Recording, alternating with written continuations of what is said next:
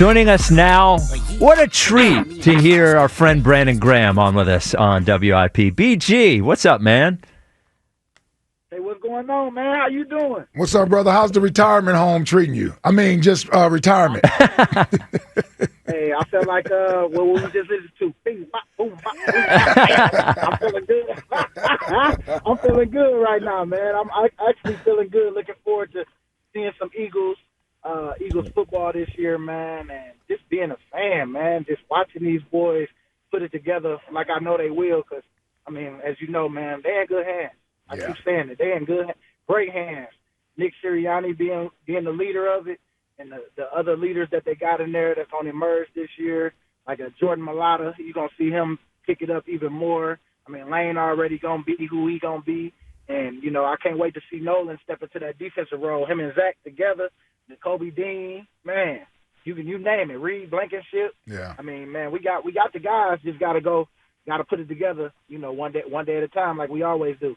Well, man, listen, you have always been a great leader by example, but also a vocal leader. And Nolan has talked about how much you've poured into him and helping him get through some early struggles that helped him reach success last year. Just want to get some quick thoughts on him, but also Jalix Hunt, another young guy who I'm sure you mentored last year and poured into. What do you expect to see from these young guys coming up this season? Well, what I expect to see them putting in the work one day at a time, because they seen me put it in every day, keep that chip on my shoulder, even for practice. They might not talk as much as me, but what you show with your actions is speaking so much more than just that. You know what I'm saying? So I'm looking forward to seeing them take their next step with confidence. You know what they learned from last year, winning it all, and trying to repeat and see how hard it is on the repeat, because you can't worry about what we did last year, because it's a whole new team. Even though we got similar guys, but we got to have that similar what's that message? Mm-hmm. Or, you know, we got to come up with a new message for what's this team going to be, because, man, you got to get these boys believing in your dream. And they got to first see you do it in order for you to be able to echo it and talk about it, you know, with others. If they don't see you doing it, it's going to be hard to kind of preaching to them about, you know, what we do here. And so I hope that they can do that, both, you know, by how they work, and, man, and all the vocal stuff will come as they continue to keep getting better. Now, you're one of the few guys that won a Super Bowl the first time around. Repeating as champion, what type of advice would you give this team that you learned from the first time winning in 2017 that maybe you guys didn't do well coming off defending that year? What type of advice would you give them sort of to either avoid or make sure they focus on this year?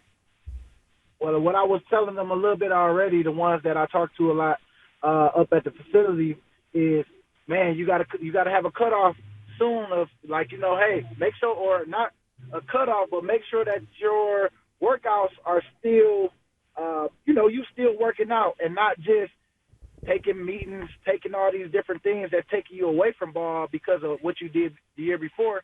Because soon as this year come up and we not going like we need to go, it's going to be all the Super Bowl hangover. So what I tell them is to make sure that they are working out while still making their money and doing their stuff for the Super Bowl and doing whatever, but don't let that be more than what got you to this place, and that's ball. Like going out there and balling, going out there and putting in the work. Don't think it's just going to happen again because, you know, you the Eagles and y'all got a similar team, but it's like, no, y'all all got to have the same off season, same hunger, and make sure that you come ready to play and don't just live off what you did last year. Let's do something great. Let's go on our 3P run. And so I think it's just taking the off season serious like they was before and not being complacent and thinking things going to just happen because of who we were last year and since we got a similar team.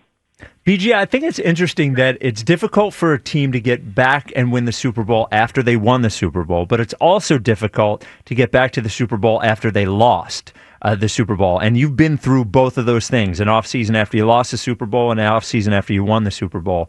What did you think was more difficult for you and for other players, the season after winning it or the season after losing it?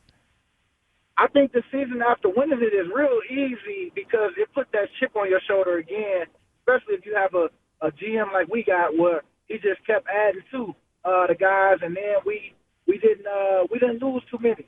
And this is rare too. When you usually win, you usually lose a lot. We lost a lot on defense, not crazy amount, but about 5 guys. But I think we got some ones to replace them, but they still have to prove themselves. But I think it's harder when you win and trying to get everybody refocused again. And that's the hardest thing you come across, because when we lost, man, that junk burned. Because that was my best year I'd have had as a pro, getting double-digit sacks. And so I had that chip on my shoulder even more because I tasted it again, and I came up short.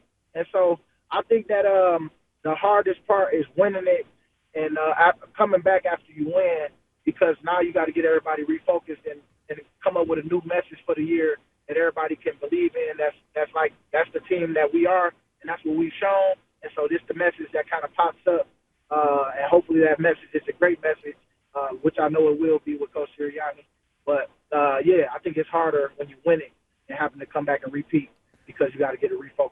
So on Thursday, you're going to be at the Chesapeake Inn. We were there a couple weeks ago. A great place from 6 to 9, and people can take pictures. Man. People can take pictures with you and your jersey and cleats from the Super Bowl, and then they're going to take those and cut them up and put them into cards that people can get. You can find out more at SpectorSportsArt.com. But when you're, first of all, Chesapeake Inn is awesome. It's a good place for you to choose to do that. Oh yeah, man, it's really good, really good. What is the thing that people ask you the most when you meet people at things like this? Is it, are you coming back? Is it like what is the number one thing that people ask you the most? Man, that's funny you say that, because that was just a question that was just asked at a golf out I was just at today. Actually, right after I got done at 4:30, I've been waiting on this call to see what's going on. I was at the Philly Cricket, and they asked me that about a couple times, like, hey, man, if the Eagles really needed you, it's like, I say, I hope they don't need me, because them boys are in great hands, and, the biggest thing is, you got to stay healthy in this game, and so that's the biggest thing that helped us this year was staying healthy, and if them boys can do that again and stay healthy, man, I don't see them, I don't see too many problems. Other than they just got to have the right attitude, all of them. But yeah. I know they will. But it's just about staying healthy in this game. How do you feel physically? Like, you didn't have to go through OTAs. You didn't have to go through none of that. Like, how is your body? Man, my body is feeling really good. Still feel like you always feel like you got something in the tank until you get out there and you're like, oh, that day is over with. I'm honestly feeling really good because I'm working out every day like I'm still playing, because that's just been my schedule. But I'm just working to look good, and that's my biggest thing now is making sure my gut don't get big, and make sure that everything that people betting against me, that I'm going to go the other way, the big way. I want to let them know, hey, not so fast, my friend. I'm gonna give you one piece of advice, B. So this is your first year of being retired, so this is going to be the first training camp that you haven't gone to since what? I don't know, 8th grade, 9th grade, right? Like, you've been in training camp every year since high school through college. I would, if you can, take you and your lovely family, your beautiful wife, your beautiful kids. You might want to get away that week somewhere. Like that way you can have something to take your mind away from everybody being in training camp, and that's what you're used to doing. Just so that it sort of allows you to, I guess, not feel like you're not at training camp. You're going to feel that a little bit anyway, but if you're doing something else, it may not feel as awkward to you with your first training camp. I remember my first one, man. I was thinking about still going to training camp, and I'm like, hold on, I don't play for anybody anymore, man. I don't have a team to go to training camp with, so you might need something to keep you occupied. No, I'm with you on that. I'm feeling it now. Just even it getting close, it's like, dang. Like, you know what I'm saying? It's like you're starting to hear these boys revving up. Yep. Oh man, here it is. But it stings a little bit for sure. But I'm ready to deal with those feelings, and that's what I'm more excited about. Because when I lost my locker all the 15 years, and I finally like got my new norm of what it feels like now. It's like, okay, all right, I'm past that part now.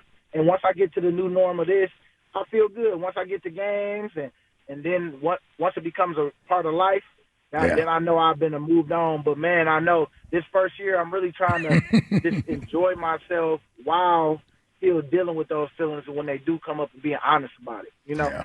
So, BG, one final question for you here, because you've always had a great attitude and, like, you're a hard worker, all those things. And I don't know if you know, but we have a thing going on at the radio station in that Jack Fritz and Joe DeCamara, and you know them both, have like an athletic challenge. 5 different things that they're.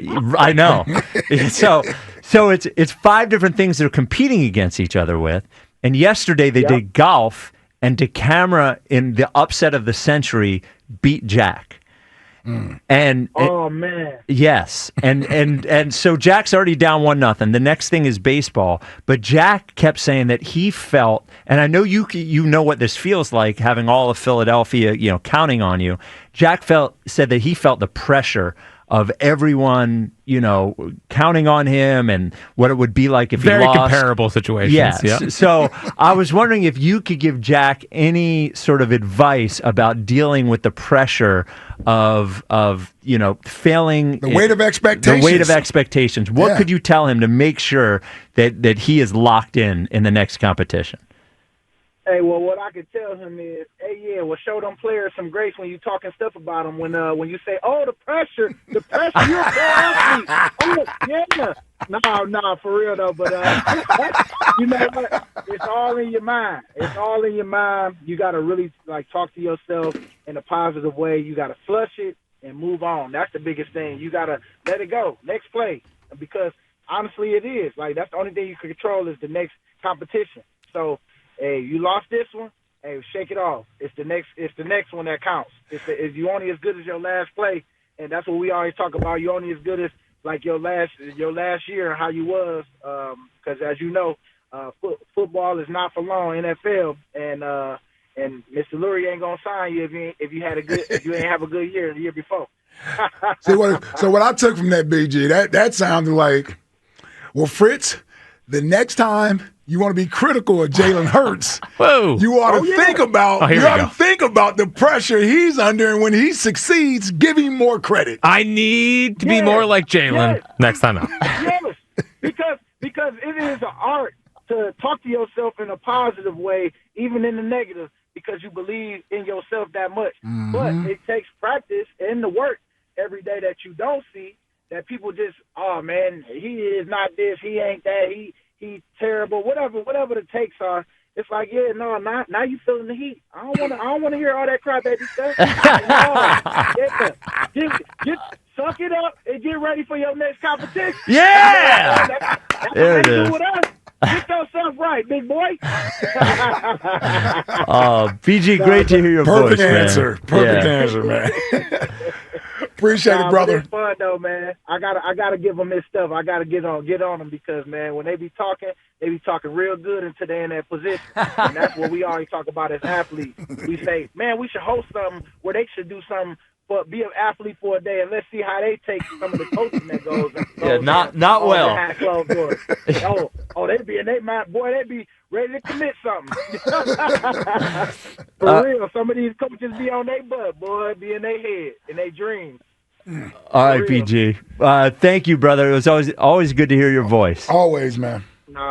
Nah, I appreciate y'all. Thank y'all. Thank you. Yep, there he is, Brandon Graham. You can see BG Thursday. I can't believe July 3rd is Thursday already, by the way. Last day of June today. 6 to 9 p.m., Chesapeake Inn. You can take a picture with BG and they get his very last jersey, very last cleats, and then afterwards they get cut up and turned into trading cards. You can get more info on all that at SpectorSportsArt.com. That is SpectorSportsArt.com.